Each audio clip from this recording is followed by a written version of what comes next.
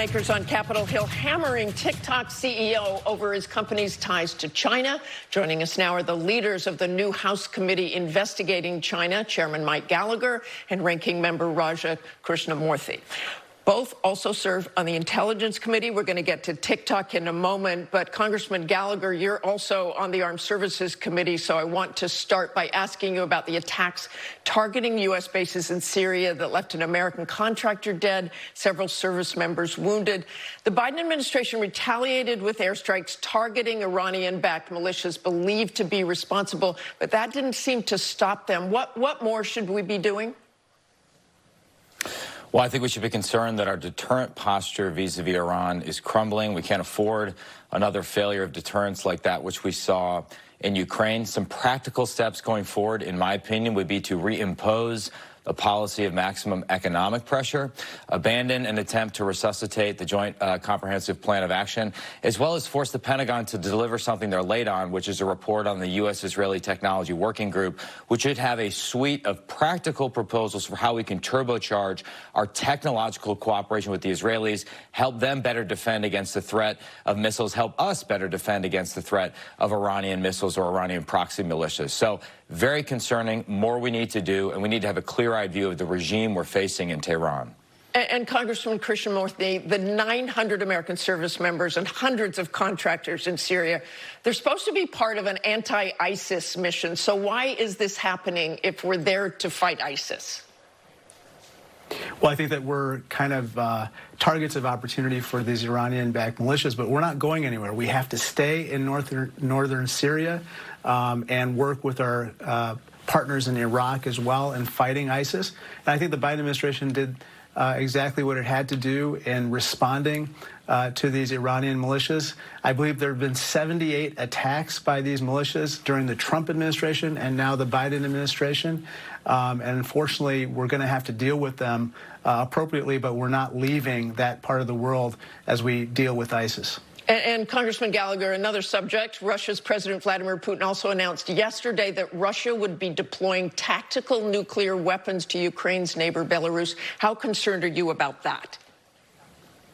Well, Putin has engaged in nuclear saber-rattling since the start of this crisis. It's something to be concerned about, but we should not allow his threats to deter us. We can't allow that to be a cause for delaying critical weapons system that we need to deliver to the Ukrainians. I think broadening this out, we need to understand that Putin is Xi Jinping's junior partner. He is Xi's agent of chaos, his tethered goat in Europe. And if we try and separate these problem sets, I think we're going to result in a geopolitical posture that's ineffective. These are two countries who increasingly are allied against the West, trying to undermine us. And so we have to understand what we're up against and make sure that we are rearming so that we can learn lessons from Ukraine and apply them to places like East Asia, for example. Okay, let's turn to TikTok CEO Shao Chu's testimony on the Hill. He strongly pushed back on lawmakers' assertion that the Chinese government can access Americans' data, insisted Americans' data is stored in the U.S., an initiative they call Project Texas. Congressman Krishnamoorthi, did anything he say assuage your concerns? No, it did not. I think that it created more concerns, quite frankly. I'll just point to a few things. One is that he was not willing to call what the Chinese employees of ByteDance did in spying on American journalists and citizens as being spying. Everybody was scratching their head when he actually said that. He also was unwilling to acknowledge that there's a genocide going on with regard to the Uyghur people in Xinjiang province in the northwest corner of China. Again, bowing to pressure from this Chinese Communist Party. And then finally, there's a saying, don't mess with Texas, but Project Texas is a mess.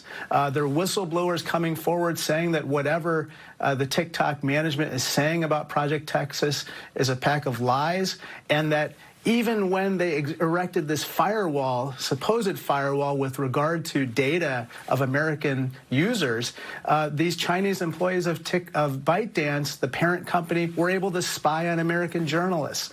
So unfortunately, I don't think that he did TikTok any favors through his testimony. And Congressman Gallagher, how likely is it that there will be a ban? Well, I actually think after that hearing, and that same day on Capitol Hill, there were 2 other hearings related to China, including a hearing we held on the ongoing Uyghur genocide, the largest ethno-religious internment since the Holocaust. So it's horrific that the CEO was unwilling to answer questions. And to footstomp Raja's point, the only reason that would explain his evasiveness is fear of angering his overlords in the Chinese Communist Party. I think this has actually increased the likelihood that Congress will take some action. We have the only bipartisan bicameral bill that would allow for either a ban or a forced sale to an American company. And the key part that is missing from Project Texas's mitigation strategy is control of the algorithm. That's really what we need to address. It's not just exfiltrating data from an American phone. It's what they're able to push to Americans through the algorithm, control our sense of reality, control the news, meddle in future elections. They've actually united Republicans and Democrats out of a concern of allowing the CCP to control the most dominant media platform in America. And Congressman Krishnamoorthi, there are 150 million TikTok users. Most of them are younger people. The Secretary of Commerce, Gina Raimondo, recently said that if TikTok is banned, you are literally going to lose every voter under 35. Your response? Well, I think that good policy makes good politics. And in this particular case, we have to recognize that while TikTok is another social media app and we have a generalized concern about these social media apps, it's different in kind from any other social media app because its parent company is beholden to the Chinese Communist Party. That is why, on a bipartisan basis, we've banned TikTok from all federal devices. And that's why the FBI director, the director of national intelligence, the CIA director, and the entire intelligence community believes this is a severe risk to our national security, and we have to deal with it. Okay, thanks very much for joining us. You've got a long road ahead.